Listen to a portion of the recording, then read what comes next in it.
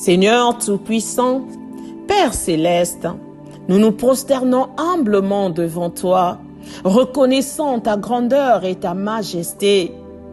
Prends le contrôle de nos vies, ô Dieu, et que ton Esprit Saint agisse en nous avec puissance.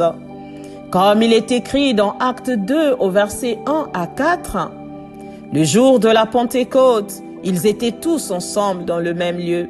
Tout à coup, il vint du ciel un bruit comme celui d'un vent impétueux. Et il remplit toute la maison où ils étaient assis. Des langues semblables à des langues de feu leur apparurent, séparées les unes des autres, et se posèrent sur chacun d'eux. Et ils furent tous remplis du Saint-Esprit et se mirent à parler en d'autres langues selon que l'Esprit leur donnait de s'exprimer. Seigneur, nous reconnaissons que la Pentecôte est l'accomplissement de la promesse de Jésus, comme il a dit dans Luc 24 au verset 49. « Et voici, j'enverrai sur vous ce que mon Père a promis. Mais vous, restez dans la ville jusqu'à ce que vous soyez revêtus de la puissance d'en haut. » Ce temps de la chambre haute, avec les langues de feu, est un événement majeur qui s'est passé il y a 2000 ans. C'est l'acte fondateur de ce que nous vivons aujourd'hui. La création de l'Église qui se multiplie et qui part en mission. Seigneur, nous reconnaissons que le baptême de feu par le Saint-Esprit n'est pas une option dans notre relation avec toi, mais une nécessité absolue.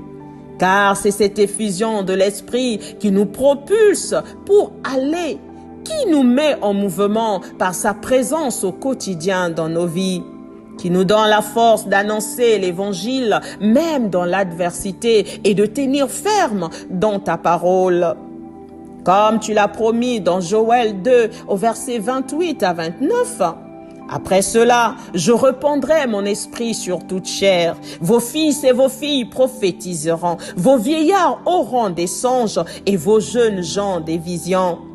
Même sur les serviteurs et sur les servantes, dans ces jours-là, je répandrai mon esprit. Aujourd'hui, plus que jamais, nous avons besoin du Saint-Esprit, de sa présence.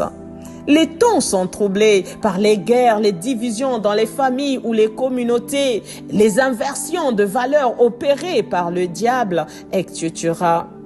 Tout peut nous sembler s'assombrir autour de nous. Nous vivons dans les derniers jours, mais Dieu a promis que dans ces derniers jours, il répandra son esprit sur toute chair. Et c'est ce que nous commençons à voir partout dans le monde. Là où les ténèbres semblent gagner du terrain, la gloire de Dieu se révèle avec puissance. Seigneur, nous ne voulons plus nous contenter de rester observateurs de ce que le Saint-Esprit commence à faire. Il est nécessaire que nous devenions acteurs de ce mouvement de l'Esprit. En ce jour de Pentecôte, nous demandons au Saint-Esprit de nous permettre d'annoncer l'Évangile avec audace. Comme il est écrit dans Actes 4 au verset 31. Quand ils eurent prié, le lieu où ils étaient assemblés trembla.